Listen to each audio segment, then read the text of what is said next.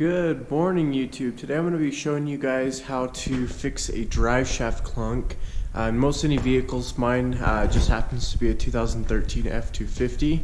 What we're going to do is go ahead and grease the splines. Grew up down an old dirt road in a town you wouldn't know. My pops picked the place up for $1,500 back in 1964. So what I'm experiencing here is my 2013 F250 is started to have a little bit of a clunk from startup and takeoff. The first thing that you always want to look for is, drive shaft play, is the U-joints worn out.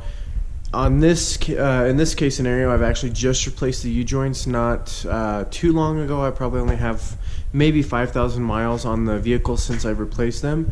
So what I'm going to be doing is pulling the drive shaft, which is super simple to do. We're going to show you guys how to do that. Once you've pulled the drive shaft, what I'm going to be doing is greasing the slip yoke.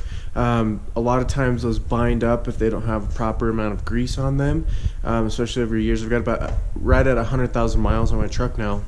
And it's never been done. So I'm going to pull that out, show you guys what it looks like, point some things out that you want to look for, and we can definitely get this fixed. Alright guys, so I'm underneath the truck now. A couple tools you're going to need is a 12 millimeter socket. Can be a short socket or a deep socket. In this case I've got a deep socket with an extension. Know that your drive shaft's at an angle, so the extension helps just to get it a little straighter as far as getting it further out here. Another thing you're going to need obviously is a ratchet or an impact, and just your 12 millimeter. Possibly a hammer, depends on how long it's been since you've taken the drive shaft out. Once you get it loosened up on all four bolts, there's 4 bolts going around the drive shaft. Then you can remove this. A lot of times you have to hit it with a hammer slightly, and then push the drive shaft forward at the slip yoke back into the transmission just a little bit, and then you can drop it down and pull it out. So I'm going to go ahead and get these bolts loosened up. Once they're loosened up, I'll show you guys how to remove this. Alright guys, so I've got these 4 bolts taken out.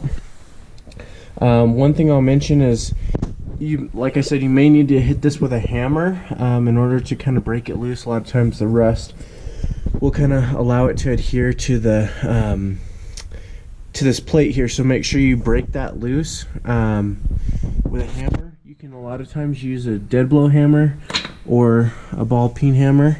Kind of just hit this. Make sure you don't hit the drive shaft. You want to actually hit this piece here lightly until it comes loose. Alright, so we've got this drive shaft loose. Basically going to pull it off here, make sure it's supported, and then at the tail end where the slip yoke is down here, and hopefully you guys can see this, you want to make sure you have the whole drive shaft supported. It's a little bit difficult to see. Let me get you a flashlight.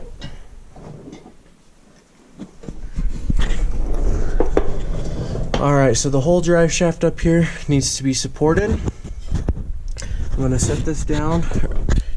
Actually, you guys can see it will slowly pull out here. Make sure you've got this in, because it is definitely going to be heavy depending on what vehicle you're working on. So it pulls straight out. I'm going to set the camera down for just a second. Alright, so you can see it pulls straight out just like this. You can usually just rest it on yourself for a minute, and then roll it out of the vehicle. Alright, so we've pulled this drive shaft out of the truck here. First thing I want to check obviously is to make sure that my U-joints are good. Those you just want to check for basically movement in them from side to side. So you can grab a long screwdriver like this one here and just kind of wobble it back and forth. This one I can tell is tight. There's no movement in it whatsoever. And what you'll hear is you'll just hear kind of some slop in it. Obviously this one's moving, but it's moving in the way that it's supposed to, back and forth. These were both installed at the same time, so I don't think that there's going to be any issues here at the front. And there's not. So those are both tight and good to go. A lot of times when you pull them off, and you move these, you can just feel that there's an issue there. So obviously that's not our issue. What I'm thinking the issue is our slip yoke here. Ford makes specific lubricant that has Teflon in it. What this does is help to lubricate the shaft as it basically has pressure on it going in and out of the tail end of the transmission. So if it doesn't, and especially on a lifted vehicle like mine, you've got that drive shaft and the slip yoke at an angle, and it's just binding up as it's trying to go in and out of the transmission as the rear end loads and unloads, or basically squats down a little bit as you're accelerating and slowing down. So what I'm going to do is I'm going to take this Teflon lubricant. First of all, I'm going to clean the inside of the shaft. You can see those teeth there. Once the inside of the shaft is cleaned out very well, I'm going to load it full, not full, but I'm going to load it up with some of that lubricant. So grab yourself some paper towels, or just a good shop rag, and you can go ahead and clean that out to the best of your abilities. It's not going to be perfect, but try and get as much as the old grease or transmission fluid or whatever might be in there out as possible.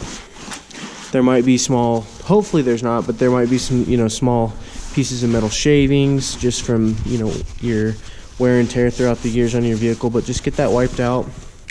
You can see there's not much grease in there, if any at all, right now. It's definitely why we want to get this lubed up. So once that's nice and clean in there, I'm going to go ahead and get my lubricant here.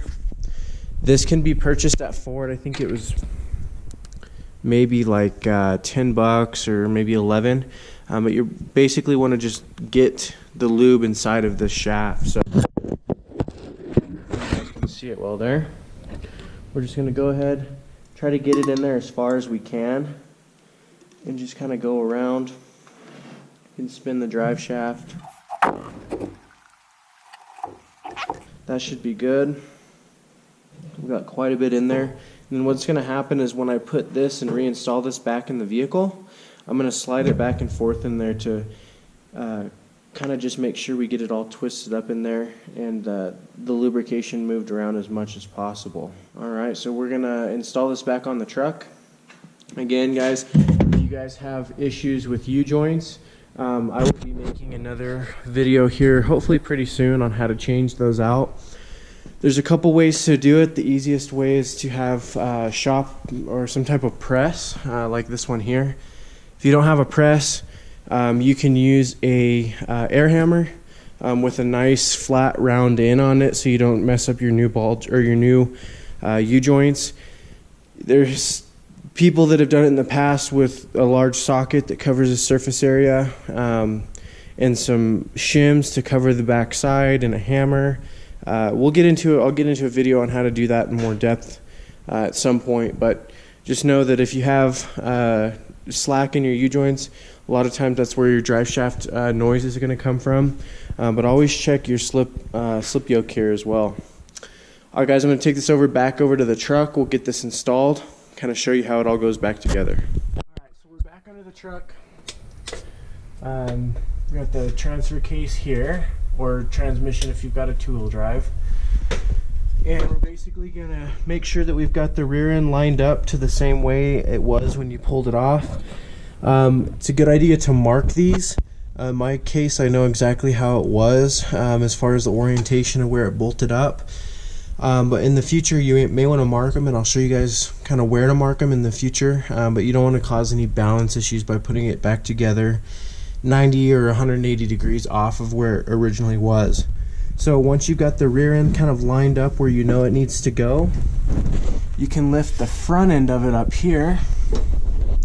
It's easier with two hands, but since I've got a camera in my hand, I'd like to show you guys kind of how this is done. So you may need to twist just a little bit, and you can see here I've got it started. Now, as I showed you guys before, I do have a bunch of grease in here, and I want to make sure that it's evenly spaced throughout there. So when I slide this in, I'm going to try and slide it back and forth a couple of times in the rear end of this transfer case so that it gets nice and lubed up in there. So if you just go a couple of times,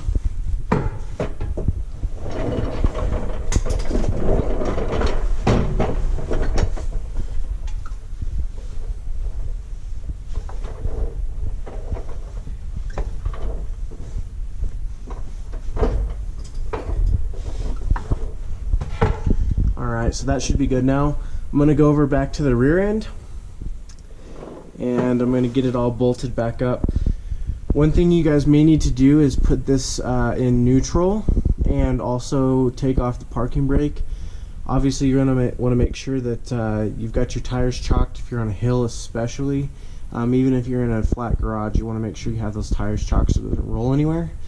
But with that loosened up, with the truck in neutral and with the parking brake off, it'll allow you to, you know, turn the drive shaft just a little bit to make sure you can get all the bolts aligned properly. So come on over to the back here.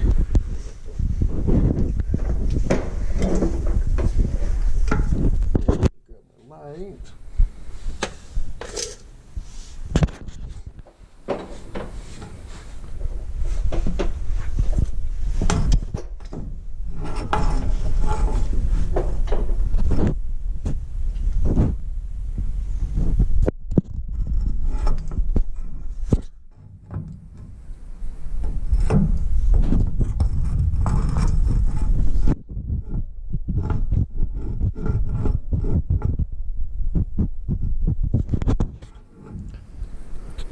And you want to get your first bolt in there so it'll hang, basically.